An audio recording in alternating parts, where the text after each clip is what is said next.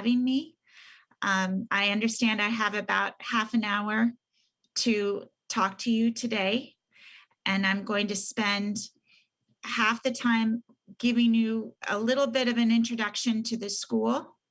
I agree, Ricky, you gave the best introduction already, showing that clip, but a little bit about the structures of our school, who we are, who, most importantly, who our students are. And then I'm going to talk about how we think about equity at Boston Arts Academy. So Boston Arts Academy is a high school. Our students are taking the last 4 grades before college. We call them 9th, 10th, 11th, and 12th grade. And we are the only public high school for the arts in the city of Boston. There are private high schools for the arts, but to go to those private high schools, you must have between $50,000 and $75,000 a year, which is about what a college education, a private college education costs in the United States.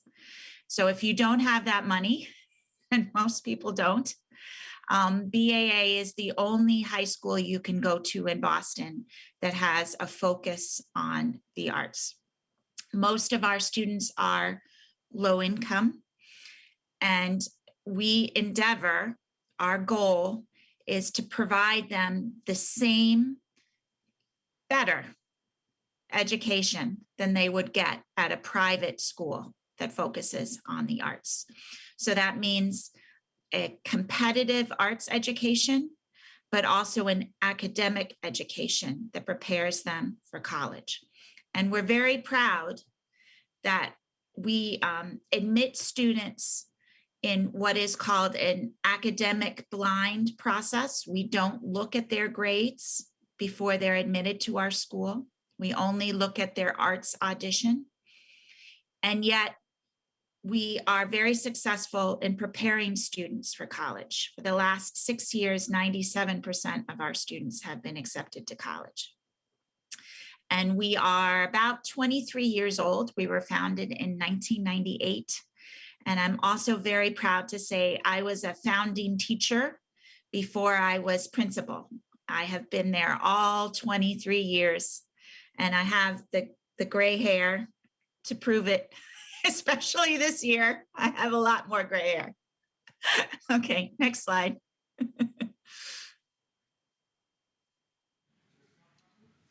Next slide. Next slide, please. Thank you. So arts are the center of everything that we do at Boston Arts Academy. We have a longer school day than a traditional high school in Boston. And the students spend about half their day in academic classes and half their day in their arts classes. We say that students have an arts major: dance, music, theater, visual arts, or fashion technology. It's our newest program. And they learn all aspects of those arts. And I'm seeing in the chat that people can't see the presentation on the screen.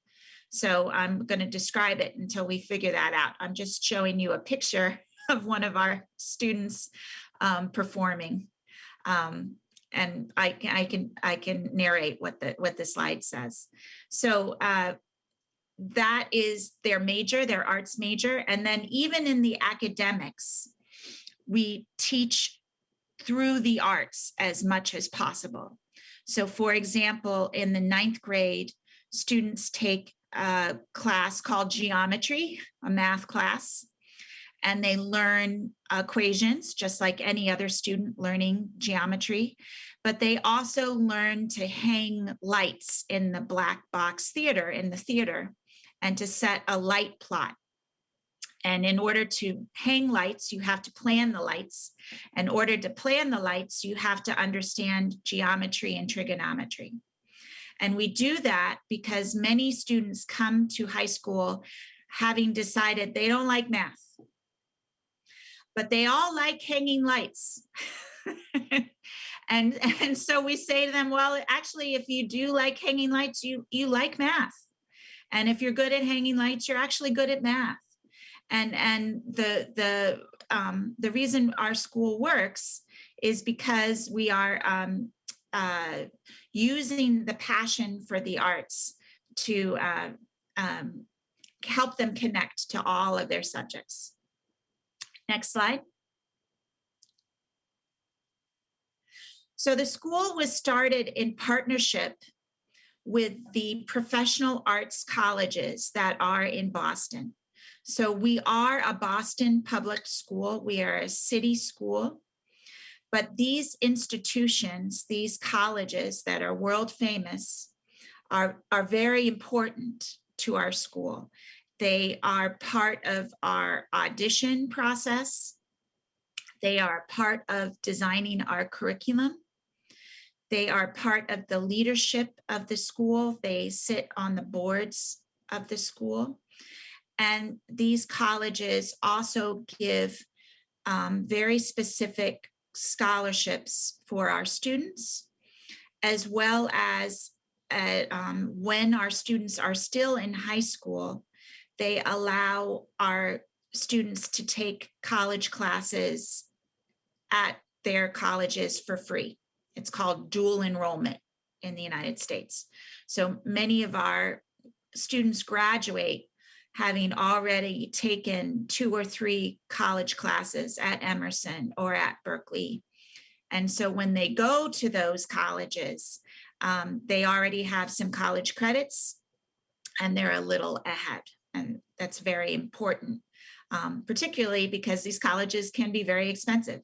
And it's helpful for our students to have already gotten some college classes before they arrive. Next slide.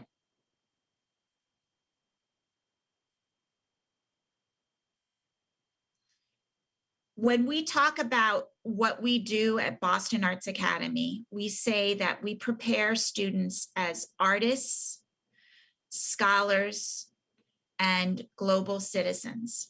And we think all 3 of those things are connected.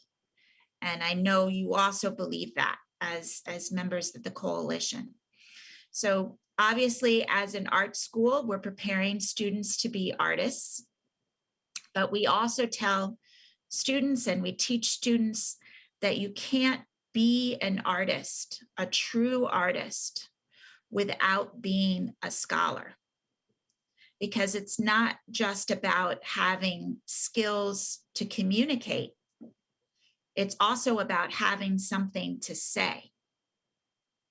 And so you need to know history, science, politics, economics. You need to understand how the world works in order to have your art have meaning. And that's why we focus so much on interdisciplinary learning and helping students see the connections between their arts and their academics.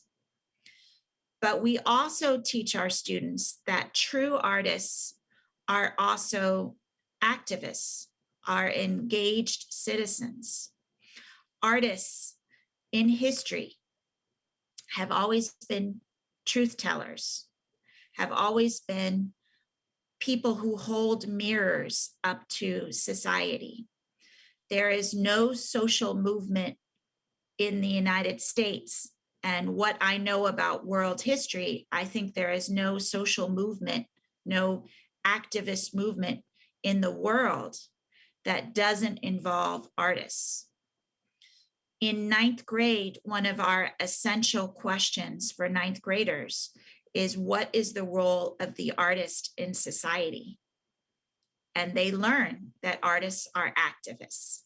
So next to the word citizens on this slide is a very tiny picture of Diane Guerrero. I'm going to put her name, there we go, in the chat so you can look her up. So Diane Guerrero is one of our graduates. and she is now an award-winning actress. She was on a famous United States television program called Orange is the New Black. She also makes movies. It's very weird for me to see her on award shows and on the Tonight Show because she was my student. So in my heart, she's still my 16-year-old student. And we are very proud of Diane because when she began to become famous and get invited to be on television, she used that opportunity not just to talk about the television show she was on or about the movie that she was in, but to talk about the issues that are important to her. And for her, the most important issue is immigration and immigration rights. When she was a sophomore in high school at Boston Arts Academy, when she was 16 years old, she came home from school one day and her parents had been deported and the house was empty and she was all alone. And unfortunately, that was something that, immigration in the United States is a very troubling issue. And she has spent her life thinking about and advocating for immigration rights. And so when she's on the Tonight Show, when she's on TV, she does talk about her movie, but she does also talk about her activism for immigration. And she says, this is something that she learned at Boston Arts Academy, that this is what artists do. They speak truth to power and they seek to make change in the world. Next slide.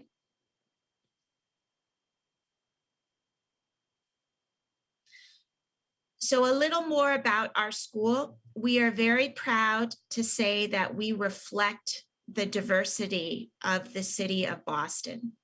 And that's an important point to make. I know my colleague's school also does the same, and she'll talk about that as well. And unfortunately, we have to make that point because not all of the schools in Boston do reflect the diversity of the city. And it's a very important part of our mission of the school. We wanted to make sure that we are preparing the next generation of artists in Boston, and that next generation reflects the diversity of the city. Boston likes to think of itself as a cultural capital with world-class arts institutions. But if you look at those arts institutions, they do not reflect the diversity of the city.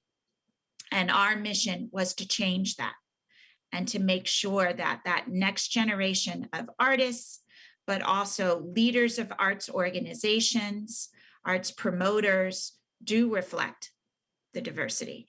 And my proudest achievement as someone who's been at the school for 23 years is that I can't go to an arts event in Boston now without seeing our alumni on the stage or organizing the event. Our oldest alumni are 39. Yikes. Yeah, I know, I'm old. And so we really are doing that. We're changing the artistic landscape and making sure it reflects diversity. Next slide. We're also very proud of, as I said, our college statistics. And unfortunately, in the United States, college outcomes correlate or they connect too closely to how much money you have and your race. And what this slide is showing you is that our students who are low income and our students who are students of color are not only being accepted to college, but enrolling in college in rates that are higher than both the rest of the city and the state average. And we're very proud of that. And we believe that's because of the arts and the skills that the arts teach and the way the arts teach you to be connected, engaged, and perseverant. Next slide.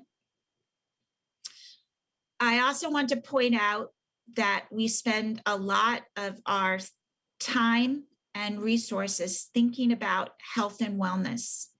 And that's only increased since the pandemic. If you think about artists and artists that you know, artists are creative people. They are also often people who have very deep emotional states. And research shows that there's a higher percentage of artistic people who struggle with depression and anxiety. As students living in an urban setting, unfortunately, many of our students have been exposed to community violence. And we're also proud to say that our student body reflects the diversity in terms of gender identity and sexual identity as well. And that we have a high percentage of students who identify as something other than heterosexual. Next slide. So that has led us to think about our school, not just in terms of the academics and the arts, but also in terms of health and wellness. That's as much an important part of the structures of our school as what we teach every day. And unfortunately, we have to raise a lot of private money to provide those extra supports. Even though I believe all schools in the city of Boston should have these supports. I know my colleague agrees also. Unfortunately, we have had to raise the money to make sure that they're there. Next slide. So I'm now going to talk specifically about what I think about when I think about equity. And when I think about equity, the first thing I think about, or the first person I think about, is James Baldwin. And I'm hoping you know who James Baldwin is. If you don't know who James Baldwin is, I encourage you to learn about James Baldwin. In my mind, he's one of the most important American artists. He died in 1987. But his work is still very present today, particularly this year. I've seen more and more people reading and talking about James Baldwin. And this is one of my favorite quotes as well, Janera. These are all our children. We will profit by or pay for whatever they become. So James Baldwin, he was a novelist, a playwright, a poet, and like all true artists, an activist. And what he's saying here is these are all our children. And as an educator, I really like to think about that word all. Not some, all. And do we really embrace that? Do we really think about all of our children? What does it mean to say all means all? That's a lot. And it's a big responsibility. And yet that is our responsibility as educators. And he also says we will all profit by or pay for whatever they become.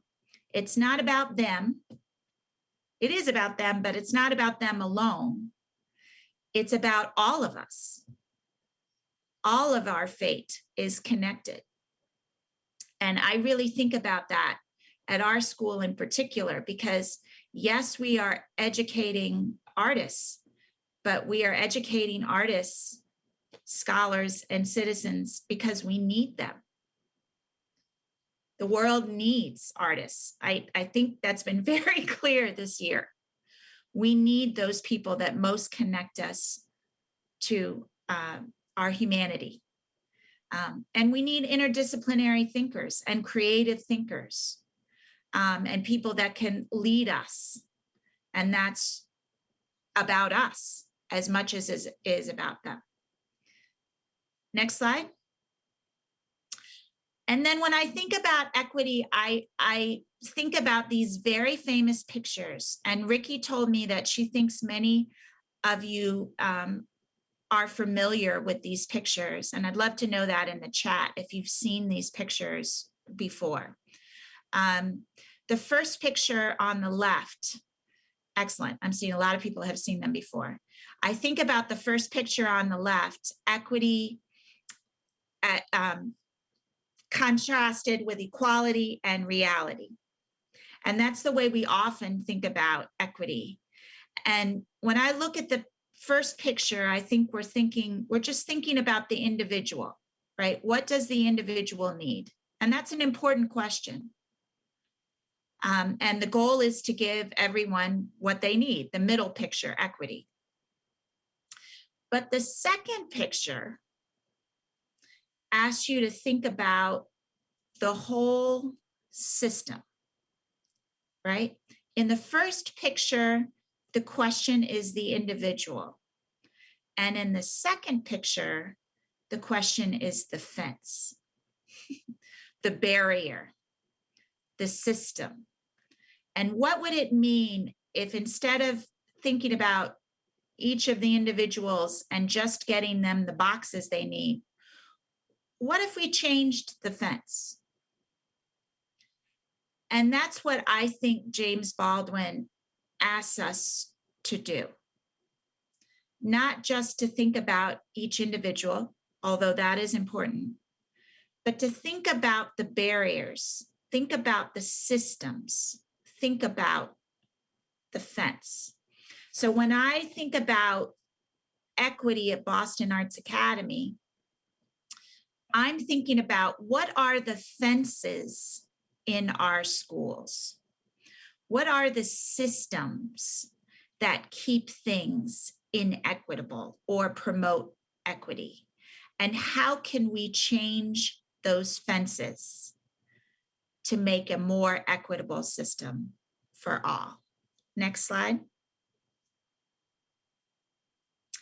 So I would say we're thinking about equity at Boston Arts Academy with 5 core beliefs. And this is how we're trying to address the system, the fence, not just supporting each individual.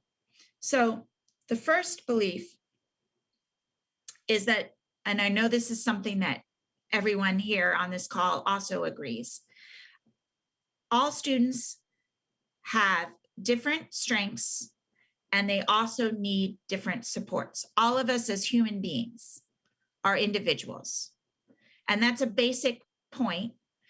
But when you think about it, education tends to treat us as if we're all the same. There are grades, there are standards. Unfortunately, in the United States, there are a lot of tests. And all of those structures are predicated or assume or make the assumption that everybody's the same, right? Because in order to have a grade to say this is 9th grade, you have to assume that everybody needs to be at a certain place, at a certain age, at a certain time. But that's not really the way people are. So if you change the system, if you think about the fence differently, you can say what we need is a system of supports that we can add or take away depending on the individual and depending on the particular time, because the other thing is that people are different depending on the year. I work with teenagers, so people are different depending on the day, sometimes depending on the hour, and what they need changes. And so you need to have a system that is flexible, where you can add or take away supports as needed. So at BAA, every student has an advisor, and that advisor stays with the student all 4 years. And that advisor is in charge of making sure the student has the supports they need right now. So I'm with you this morning. It's morning for me. And what my school is doing right now, exactly this time, is that they are meeting in advisory groups and they are working with administrators to review their individual students and to adjust supports for this week? Who needs additional tutoring? Who needs an individual check-in? Who needs to connect with a counselor? Who needs someone to call home and tell their parents what a great job they did this week? That's the conversation that we're having now. And yes, that's about individuals, but what I'm trying to say is also about organizing the school structures into a system that makes that possible. Next slide. Our second belief is that when we think about resources, we have to concentrate our resources on the students with the highest needs first. And that's a very challenging conversation. I wish we lived in a world where all of us had enough time and enough money and enough staff. But we all know that that's not true, and that we have to make tough choices.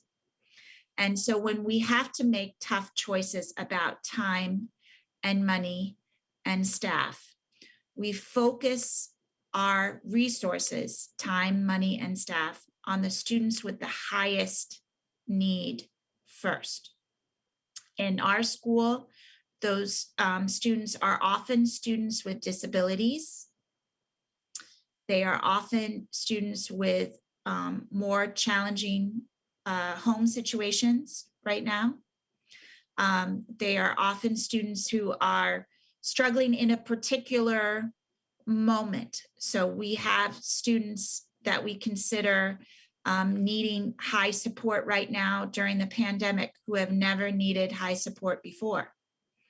So it's about making the commitment to asking, not making assumptions. So you have to know your students really well, and you have to be continually connecting to your families. It's about, but once you know that information, it's about making the commitment to assigning staff, money, and time to those students' needs first. Next slide.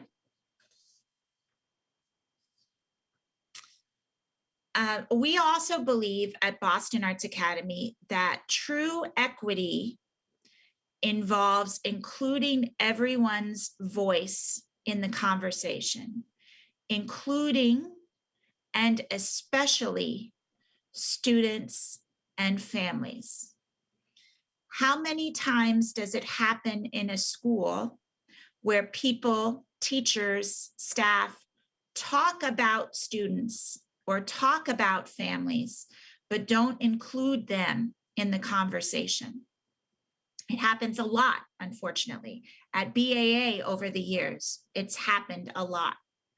And we have made a significant shift that has only increased during the pandemic, where we had to change all of our systems for teaching and learning, how we teach, what we teach, how we assess, to include students and families in all of those conversations. And that's harder, right?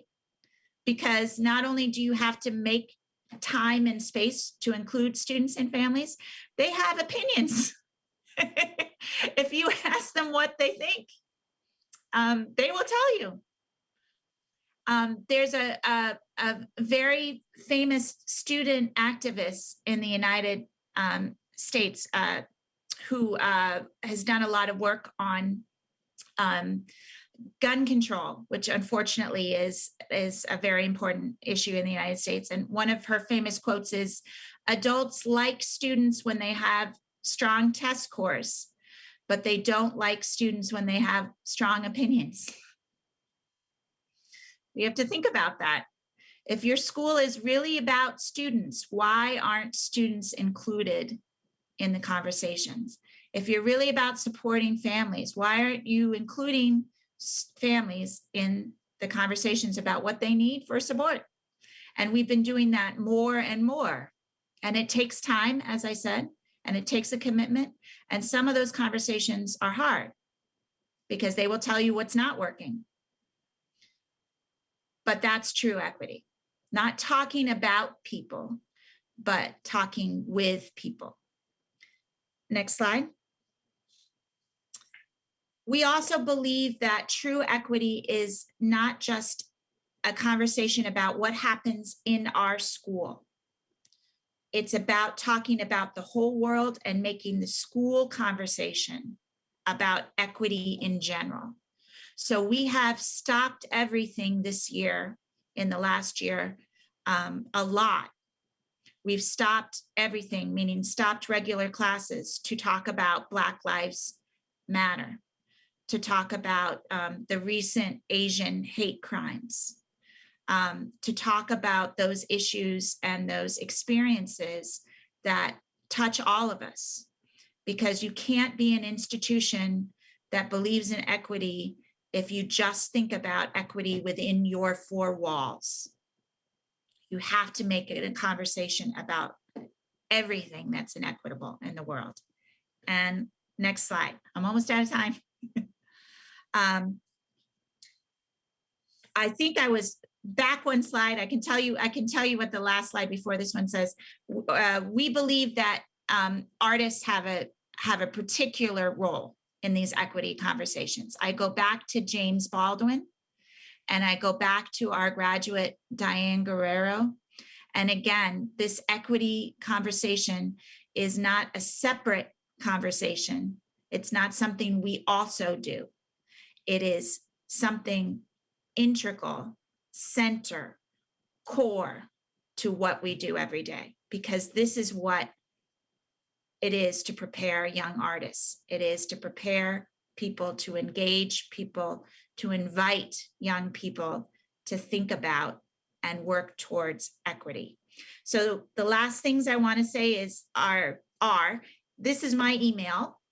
I would love to hear from anyone who would like to talk further. And I have one more slide, I believe.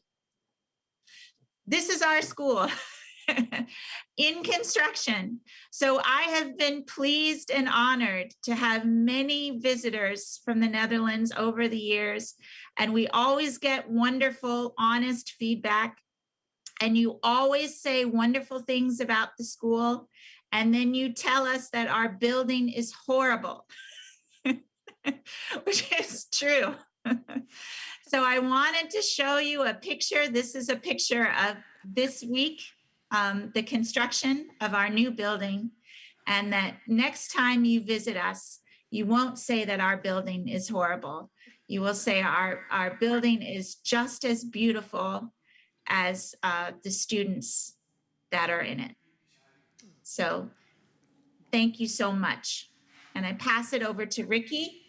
Ricky, if you wanted me to give questions or if you wanted to give your question.